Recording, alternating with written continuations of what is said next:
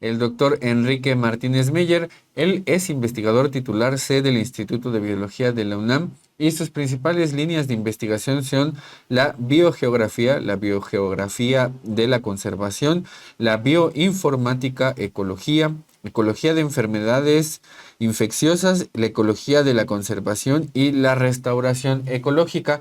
Con el doctor Enrique Martínez vamos a hablar sobre el cambio climático y la pérdida de la biodiversidad. Muy buenos días, doctor Enrique, ¿cómo se encuentra? Muy buenos días. Un enorme gusto estar con ustedes. Muchas gracias por la invitación. Gracias a usted por aceptar estar en este espacio y nos interesa sobre todo abordar la relación, para empezar esta entrevista, la relación que hay entre el cambio climático y la pérdida de biodiversidad. Para la audiencia que nos está escuchando, ¿cuáles serían los elementos que hay en esta relación entre este proceso de, digamos, histórico de cambio climático con lo que notamos ahora que es esta pérdida de biodiversidad, no solamente la flora, sino también la fauna? Sí, pues el, el- la relación que existe entre el cambio climático y la biodiversidad es bastante estrecha. Sobre todo esto de la pérdida de biodiversidad es multifactorial, ¿no? Pero uno de esos factores que está provocando la pérdida de biodiversidad es justamente el proceso de cambio climático que estamos viviendo actualmente. No es el único, pero sí es un factor que cada vez está tomando una mayor importancia. ¿Por qué? Bueno, todos los seres vivos del planeta, desde las bacterias hasta los mamíferos más grandotes, dependemos del clima para nuestras actividades. Todas nuestras actividades diarias, por ejemplo, de dormir o de alimentarnos, o anuales, estacionales, como la reproducción, la migración, etcétera, todas están determinadas por el clima, que ustedes en ediciones anteriores ya han abordado el tema de cambio climático, ¿no? Y sabemos que estamos en un proceso acelerado de cambio. Entonces, al haber estas variaciones y estos cambios importantes en el clima, evidentemente tiene un impacto sobre la vida en el planeta. En todos los niveles que uno se meta a estudiar, se encuentran estas evidencias de impacto, desde el nivel genético, pero en el nivel de las poblaciones y en el nivel de las especies y en el nivel también de los ecosistemas. Esto se debe a que cuando las condiciones cambian en un sitio, ya de una manera crónica, los individuos que viven ahí, algunas de las especies toleran esos cambios, otras especies no toleran esos cambios. Y entonces empieza a haber efectos a nivel de sus poblaciones, se reproducen menos, se mueren más y cambian estos números poblacionales en ese sitio. Al cambiar los números poblacionales de una especie que se ve afectada por el cambio climático, impacta a otras especies que dependen de esta. Una planta, por ejemplo, pues eh, es alimento para animales, para polinizadores. Si se ve afectada por el cambio climático, también las especies con las que interacciona eh, se ven afectadas en un efecto dominó. Y esto lo podemos escalar al nivel de los ecosistemas. Y eso es justo lo que estamos viendo en estos tiempos de cambio acelerado.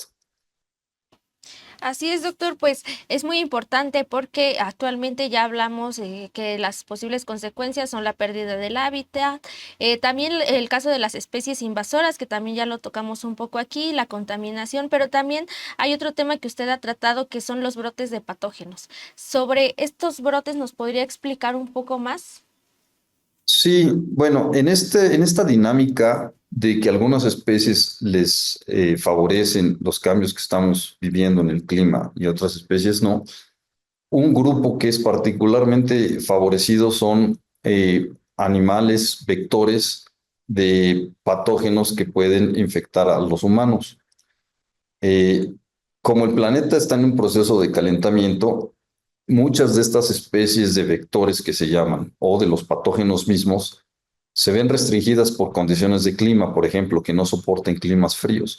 Ante escenarios actuales en donde los inviernos cada vez son más fríos, menos fríos, perdón, eh, pues tienen mayor resistencia a esos climas y entonces están rompiendo esas barreras que los limitaban a moverse por otros lugares. Tal es el caso, por ejemplo, de los mosquitos que transmiten eh, el dengue, el Zika o el chikungunya, estas enfermedades que son bastante ampliamente distribuidas en los trópicos. Estos mosquitos son sensibles justamente a las temperaturas bajas. Con el aumento de la temperatura, ahora ya pueden mantener sus ciclos de vida en zonas en donde antes no ocurría, y entonces existen brotes epidémicos de estas enfermedades en esos nuevos sitios. Un ejemplo, Jalapa, Veracruz. Jalapa, Veracruz está muy cerca del puerto de Veracruz y de la zona caliente, pero está ya en la montaña, es una zona que solía tener un clima muy húmedo y fresquito. Sin embargo, ya desde hace ya algunos años, 10 años o quizá más, ya hay brotes epidémicos de dengue cada año debido a que los mosquitos ya pueden establecerse en ese lugar.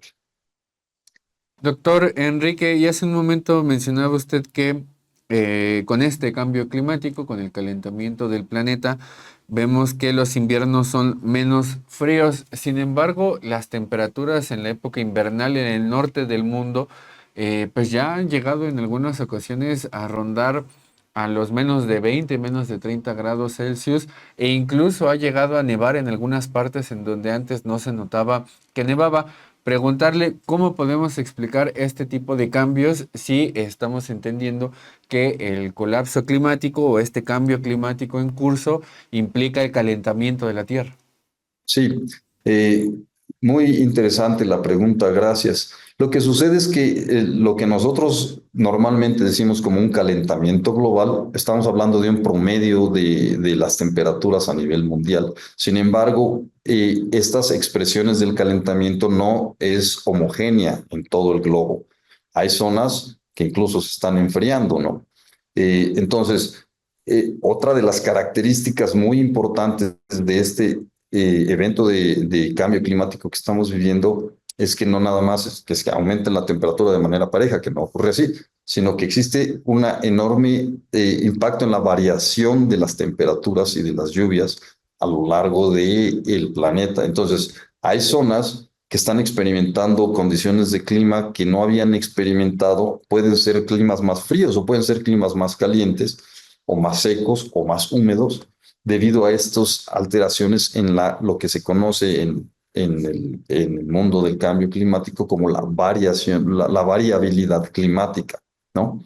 Que son estos brincos de bajas temperaturas a altas temperaturas. Y es por eso que en algunas zonas en donde solía no nevar, por ejemplo, pues en estos últimos años han caído nevadas. Los climas extremos se vuelven más extremos, dicho de otra forma. Muy importante, doctor. Y también otra de las, digamos, críticas que usted hace es que hay pocos estudios sobre la fauna mexicana, ¿no? Y que sobre todo que avalen los impactos del cambio climático en la biodiversidad y pues digamos todo lo que tiene que ver con esta parte. Sobre este tema yo le preguntaría qué se sabe hasta ahora, es decir, de los pocos estudios, qué se sabe y qué perspectivas se tienen. Sí, gracias. Pues no es que sean tan pocos estudios, o sea, en México, digamos que el estudio del impacto del cambio climático sobre la biodiversidad ciertamente no tiene muchos años, pero cada vez hay más grupos de trabajo que se enfocan en este tema, entonces poco a poco hemos estado obteniendo más información. Hay grupos que tienen una larga trayectoria de evaluación, ¿no? de los cambios en sus ecosistemas. En particular me refiero a los grupos de investigación sobre arrecifes de coral en México, tanto en la parte del Caribe como el Golfo y el Pacífico. Esos grupos de investigación llevan décadas tomando datos año con año, mes con mes, y entonces ellos han tenido la posibilidad de evaluar cómo han sido los cambios de estos ecosistemas que son de principal importancia para las zonas costeras y marinas. Y tienen la posibilidad de evaluar los cambios en el clima, cómo están afectando a esos ecosistemas. Ese es un caso, digamos, especial en el sentido que es el ecosistema en donde se ha estudiado con mayor intensidad. Si nos movemos a los sistemas, a los ecosistemas terrestres, existen información bien documentada de cómo está impactando el cambio climático y voy a poner solamente algunos ejemplos. Por ejemplo, eh, los bosques templados, los que llamamos bosques templados, los bosques de coníferas, en donde están los pinos, los oyameles, etcétera, pues obviamente son ecosistemas de climas fríos. En las zonas en donde se está expresando el calentamiento de una manera más fuerte, pues estas especies están sufriendo estrés térmico, es decir, estrés por calentamiento. Estos árboles, como expresan su estrés, no necesariamente se mueren de inicio, pero sí se vuelven más susceptibles, por ejemplo, a patógenos forestales. Entonces, por ejemplo, vemos en diferentes partes del país y del mundo que existen brotes cada vez más fuertes de patógenos forestales. Ese es un ecosistema. En México hay un ecosistema que es realmente muy interesante y muy importante, que son los bosques nublados. Son otro sistema de montaña, pero estos tienen la característica que viven en zonas en donde hay neblina casi todos los días, donde baja la neblina. Pongo el ejemplo otra vez de Jalapa, ¿no? Jalapa está en un sistema de bosque de nublado o bosque mesófilo de montaña, como le llamamos también, donde hay neblina casi todos los días. Bueno, el efecto del calentamiento en muchos de estos bosques es que la neblina ya no baja tanto y entonces se están calentando. Las plantas que están acostumbradas a mucha humedad están perdiendo esa humedad en el ambiente y la están sufriendo. Entonces, si lo vemos así en un panorama general, pues los ecosistemas que son de climas fríos, pues evidentemente son los que están teniendo impactos muy importantes, pero no son los únicos. Si nosotros vemos el mapa de calentamiento de calentamiento en México, que abro un paréntesis, dicho sea de paso, México está en una región geográfica en donde la tasa de calentamiento es bastante más alta que a nivel global. Entonces, está en México, un país mega diverso, con muchas millones de especies, pues bueno, cientos de miles de especies, estamos resintiendo con mayor fuerza los impactos del cambio climático. Y en México no es homogéneo el calentamiento tampoco. En el norte, donde están los desiertos más grandes, el desierto chihuahuense, el desierto sonorense, es en donde se expresa más fuerte el cambio climático, tanto el aumento en la temperatura como la disminución en la lluvia.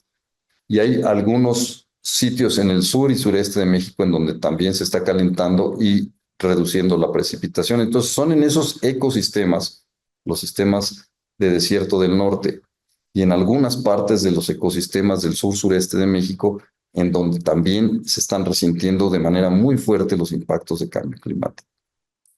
Doctor Enrique, y esto último que menciona, me parece bastante alarmante, pero a la vez también interesante, porque la pregunta que le quisiera hacer es, ¿cómo determinan ustedes esta tasa de calentamiento que es más alta en el país? O sea, para que también la audiencia tenga un poco más de conocimiento de la labor que ustedes como biólogos hacen en torno a los estudios de la temperatura, de los ecosistemas.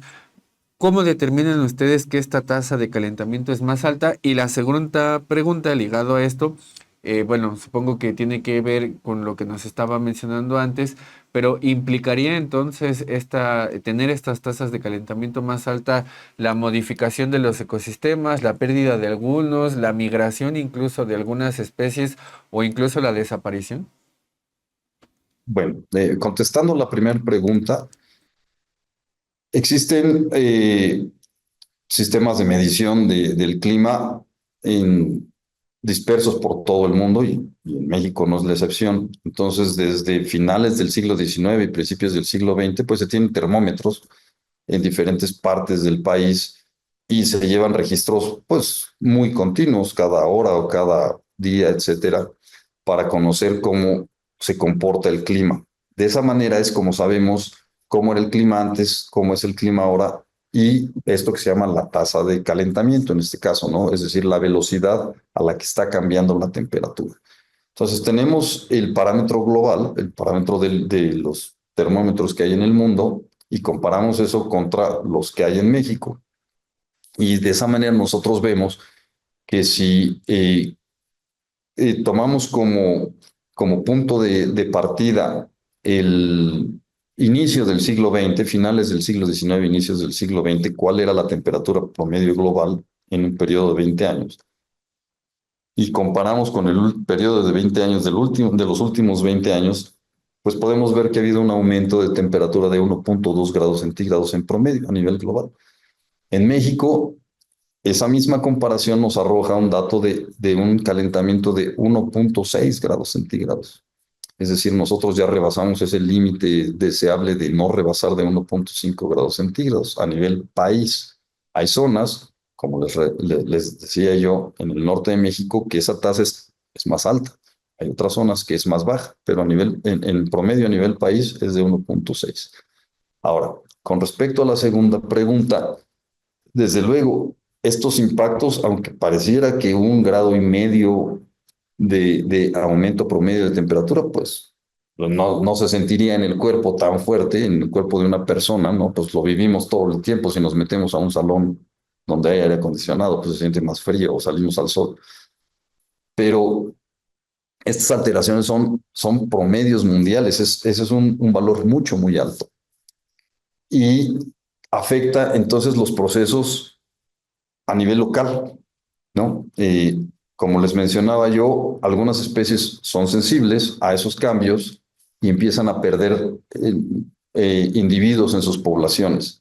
En algunos sitios se pierde esa población y se extirpa, digamos, ¿no? Y eso, por los efectos en cascada que yo mencionaba, tiene implicaciones para otras especies. Como esto es crónico, no tiene posibilidad. Estamos perdiendo, digamos, la posibilidad de que los ecosistemas respondan de una manera rápida a estos cambios. Y como lo mencionó usted, Aníbal, algunas especies, una de las respuestas más frecuentes de las especies es que van migrando hacia los climas a las que están adaptadas y acostumbradas, ¿no? Algunas especies pueden hacer ese tipo de cambios en su distribución geográfica, y otras especies no lo pueden hacer porque existen una infinidad de barreras para poder tener esas respuestas. Entonces, eso es justamente lo que provoca que algunas especies se expandan, como el ejemplo de los mosquitos, y otras especies colapsen. Y si colapsa una población en un lugar y colapsa una población en otro lugar y luego en otro lugar, el resultado final sí puede ser el colapso total de una especie, o sea, la extinción total de una especie por impacto directo del cambio climático. Y hay ejemplos de eso en diferentes partes del mundo. Claro, doctor. Y justamente de esta variedad que hablaba, bueno, México es un país megadiverso y por eso pues en gran medida se explica esta variedad que hay de cómo se ven afectadas ciertas regiones del país por este cambio climático. Y ahorita que hablaba de esto que ocurre con las especies, una medida o una estrategia, digamos, para fomentar la conservación de especies ha sido esta reubicación asistida de especies. Digamos, esta estrategia sí podría funcionar como una medida de adaptación al cambio climático.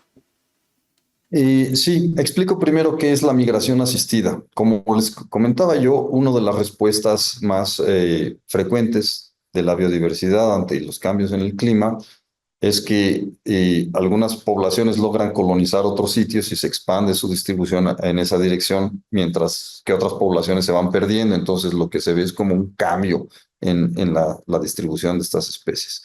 Si nosotros tenemos la capacidad de saber por dónde van a venir estos movimientos, pues la lógica de la migración asistida es que nosotros podamos anticipar esos movimientos, ayudarles, digamos, a las especies a moverse a esas zonas en donde las condiciones se están volviendo más propicias.